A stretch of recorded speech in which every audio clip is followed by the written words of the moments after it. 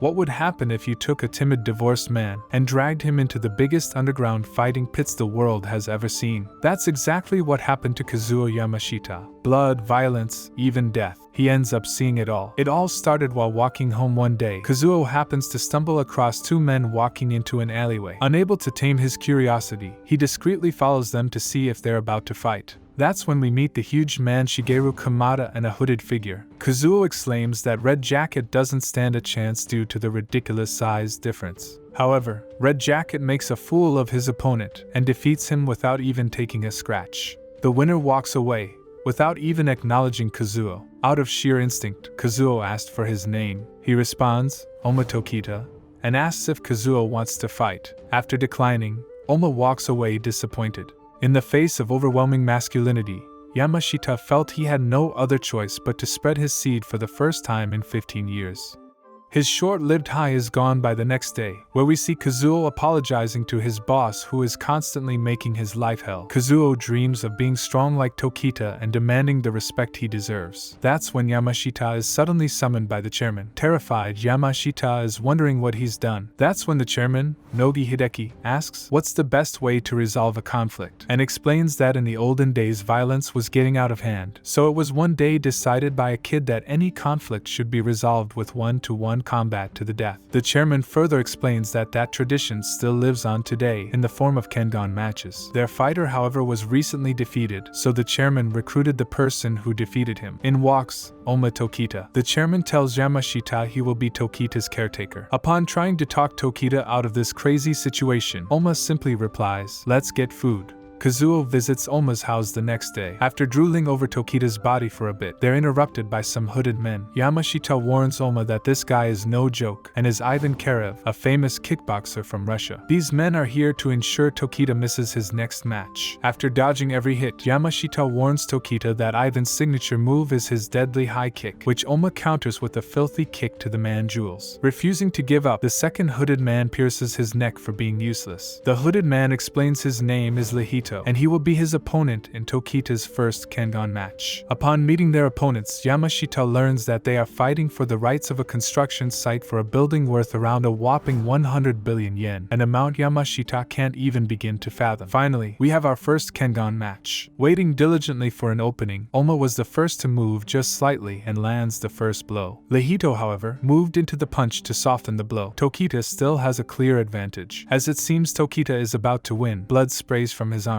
It's explained that Lehito's pinching strength is so abnormally strong that he can rip the flesh off his opponents by simply slashing his fingertips. Razor's Edge. The crowd are familiar with this move, and Tokita realizes Nogi didn't warn him about it on purpose. Lehito warns Oma to give up, explaining that Lehito was born with superhuman powers. Tokita walks into Lehito's personal space, realizing that without enough space to swing, Tokita can negate the effects of Razor's Edge. Oma begins to show his specialty, the ability to control the flow of power perfectly. He redirects the direction of every swing Lehito throws, swaying him around like it's a tango. One stomp to the face later, and Tokita is announced as the winner. The next episode, we immediately jump into the next Kengan match. Here we see Takeda versus the absolute beast, Jun Sekibayashi, weighing in at 311 pounds and 6'5", a top-tier professional wrestler. Sekibayashi warns Takeda not to lump him in with the others he's fought so far, saying he himself is a true warrior, only to immediately get slumped in the jaw. Takeda remarks that he talks a lot for a warrior. Sekibayashi apologizes, stating that talking is a big factor in the profession of wrestling before arm-whipping Takeda to the ground. Kicking Tokita into a car, Sekibayashi explains that Tokita has the option to run while wrestlers have a duty to face everything head-on, including blades and bombs. God knows what kind of wrestling matches this guy is participating in. Tokita responds by pinching Sekibayashi's arm and laughing when he runs away from the pain it caused. Oma begins to control the flow of power again and gains an advantage, but Sekibayashi reveals that wrestlers are also great actors and begins slamming Tokita into the concrete time and time again. Upon hearing someone heckle Tokita, Yamashita becomes a man for the first time and demands him to take it back. Unconscious and having his back broken, Tokita resorts to his overpowered trump trump card, the advance. Suddenly, Tokita regains consciousness and escapes Sekibayashi's grasp, dislocating his fingers in the process. A terrifying facial expression rests on the face of Tokita. Suddenly, Oma begins relentlessly pounding on Seiki, pushing back an opponent over 100 pounds heavier. The crowd get excited, but Yamashita is worried, saying this isn't who Tokita is. Sekibayashi realizes he might be in trouble, but that only excites him more as the crowd love to see a big comeback story, chopping Tokita with his dislocated fingers. Despite the pounding, Seiki starts walking into his punches. Upon tanking all the damage, Sekibayashi connects a nasty headbutt followed by a 2-foot diving kick cracking Tokita's ribs. While Sekibayashi goes for the finishing blow, Tokita shocks the crowd by targeting Sekibayashi's windpipe, and the giant finally falls down. He may have broken his fingers to do so, but it's a small price to pay for victory. Oma is announced victorious. A powerful voice is heard. It turns out to be President Katahara, the president of the entire Kengan Association. The president announces that due to Nogi's victory today, he has met the requirements to demand a presidential re-election, decided in the form of a life or death tournament. Nogi's motive this whole time is to become the president of the Kengan Association. The president also foreshadows his champion, the Fang of Metsudo, with a record of 157 wins straight and no losses. This announcement excites Tokita greatly, as he's praying for a certain man to show up,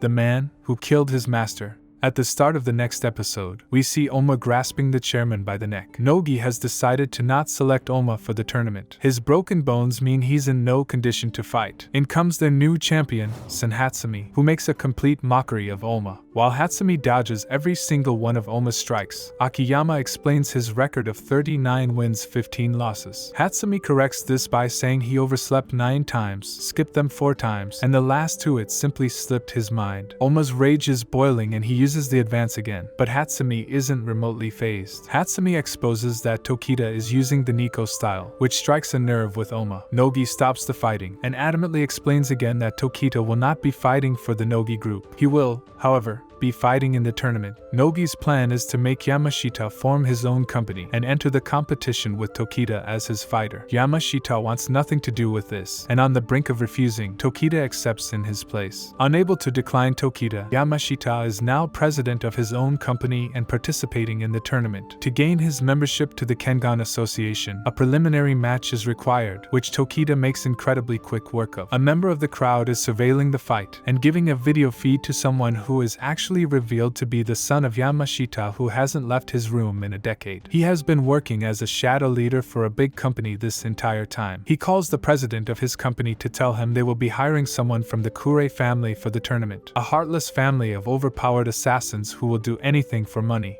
Yamashita meets up with Ken for a drink. It's there he learns that Nogi wasn't very truthful about Yamashita's entry into the Kengan tournament. If Yamashita is unsuccessful, he will be in 5 billion yen's worth of debt, and even if he wins, his victory would be given to Nogi anyway. Training in the rain, a man sneaks up on Tokita. Unfazed, Tokita asks who he is. After a few seconds, he recognizes him as the companion of the man who killed his master. Oma takes his stance, but this guy is more interested in caressing Oma's body, stating how his lean muscle mass is now much better than it was before. He tells Oma that the man he has been searching for these last 10 years has already been killed by his own hands. While begging for Oma to empty his rage onto him, Tokita explains that revenge was never part of his plans. He simply wanted to kill whoever killed his master to prove that he is the strongest of them all, and he will prove exactly that in the tournament by defeating him instead. This excites the mysterious man tremendously, who freakishly exclaims that when they meet in the tournament, he will spill his seed. No, seriously. This man is about to bust and is tearing up thinking about it. As he's leaving, Tokita asks for his name, Setsuna Kiryu. The second Setsuna is gone, however. Oma breaks character and erupts in reaction to hearing that the man he's hunted all this time is already dead, and vows to kill Setsuna instead. After reaching the boarding phase for the Kengan tournament, we find that the fighters are split into 2 groups, those with invitations and those without. Those with invitations are accustomed with a lovely yacht, while those without have to board this raggedy-looking thing. On top of that, the presidents without invitations are separated from their fighters. This is when they realize it almost looks like an arena, and it's exactly that. The people without invitations begin their preliminary match, and are forced to fight until only 5 fighters remain. It's Lehito again, and the fighters use their 5 combined brain cells to try ganging up on the strongest fighters to get them out of the way early. This obviously fails miserably. But here's our new challenger, Jerry Tyson, 32-year-old American martial artist. He moved to China to learn the ways of Chinese Kenpo, and wondered why they imitated animals when humans have already surpassed them. Why not imitate something stronger, like weapons, more specifically missiles? And so, he perfected the art of imitating a rocket, wiping people out left and right. Takeda very simply redirects him into a wall which Jerry bounces off, gaining momentum. But now Tyson is accidentally charging towards Akiyama, who was trapped in here mistakenly while bringing Takeda some water. Takeda is forced to use another technique handed down to him from Nico, which makes his body indestructible. As the contestants fall, we're left with our final 5 in less than 15 minutes after the preliminary started. The winners are brought through to the president for a speech, where one winner named Hazard is furious with the discrimination between fighters. Getting a bit too big for his boots, he is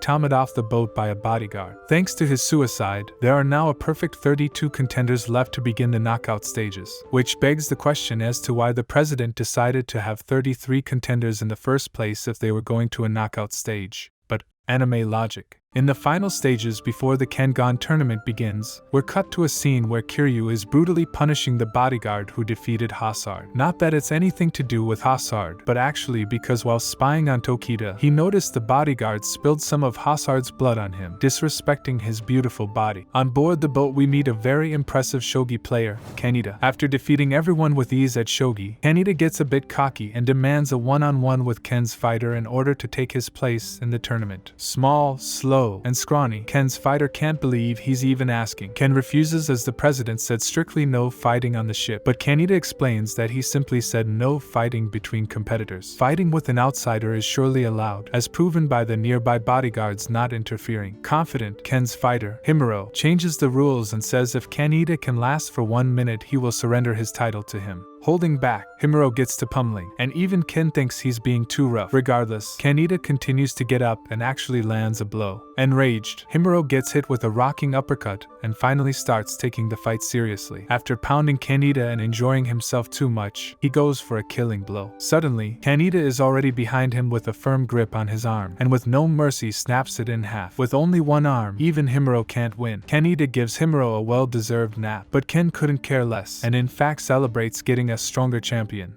Be sure to subscribe so you don't miss the next recap, when the Kengan Life or Death tournament finally begins. We'll see the strongest characters go head-to-head in some brutal battles. Thanks for watching.